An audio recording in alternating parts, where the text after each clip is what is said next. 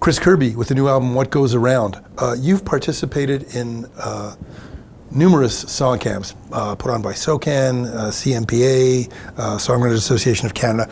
Can you talk a little bit about what the effect of songwriting camps may have had on your co-writing ability or your writing ability? Oh, right, yeah. Well, it's, as far as co-writing, I think I've been co-writing for a little bit longer than I've actually been going to camps. But before the camps, I think I was more co-writing with people who were in the folk world and things like that. And it was a smaller comfort zone. But once I started doing the writing camps, and I met people from so many different genres and people working in pop and rock genres that were a little more, I would say maybe even competitive or like at least more market driven.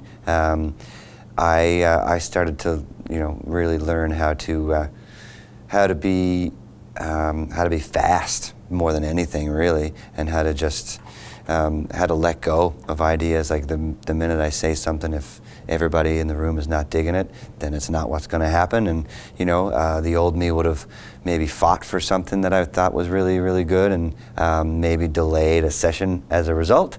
So I would say efficiency is definitely what I got from my camp experiences.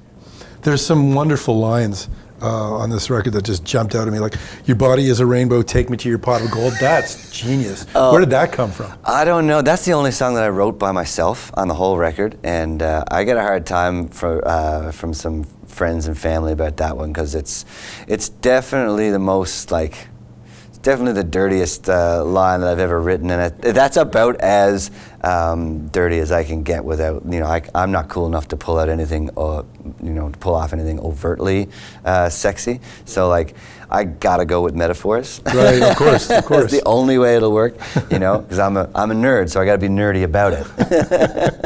Yeah, in Better Not Let Me Down, which is kind of written with Michelle Ben-Simon from Cave Boy. Yeah. At a writing camp in LA during the 2016 election in the US. That line about transferring from Obama to Trump, saying we go from black to orange, that slayed me when I heard it. I just thought it was hilarious and brilliant. Thank you very much. Yeah, we toiled over that line a lot. We were like, are people gonna think people gonna think it's facetious of us, or are we, I don't know, are we playing with fire with this line in some way? But we were like, no, man, people are angry, and people are angry about going from this to that, and it's the quickest way we can say it. Everyone will get it. We should just do it, and I'm thankful that we kept the line. The heaviest and most serious track for me is Unreasonable Doubt, which is just very, very, very powerful. It was fascinating to me that you actually took the perspective of that song, which is about inside a courtroom of a sexual assault case that's doomed to an unhappy ending. Right. What's fascinating to me is that you take the perspective of the judge. Yeah. What prompted that idea? So that song was actually written right here. Davnett Doyle and I met at the SOCAN room downstairs, and we wrote that song. And we were just talking about different, the stories that we knew of, either stuff that had happened in our cities or stuff that had happened to friends or family. So it's not a true story in that it's not one story, It's sort of, we just talked about all the frustrations of the real life experiences that we know secondhand or thirdhand.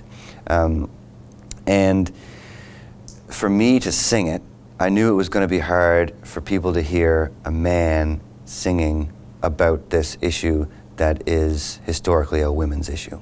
So we said, we decided to go from the perspective of the judge for that, but also the reason that the core problem that we saw when we talked about it was that the laws are antiquated and stacked against, that needs to change, and we all need to talk about it before it can change.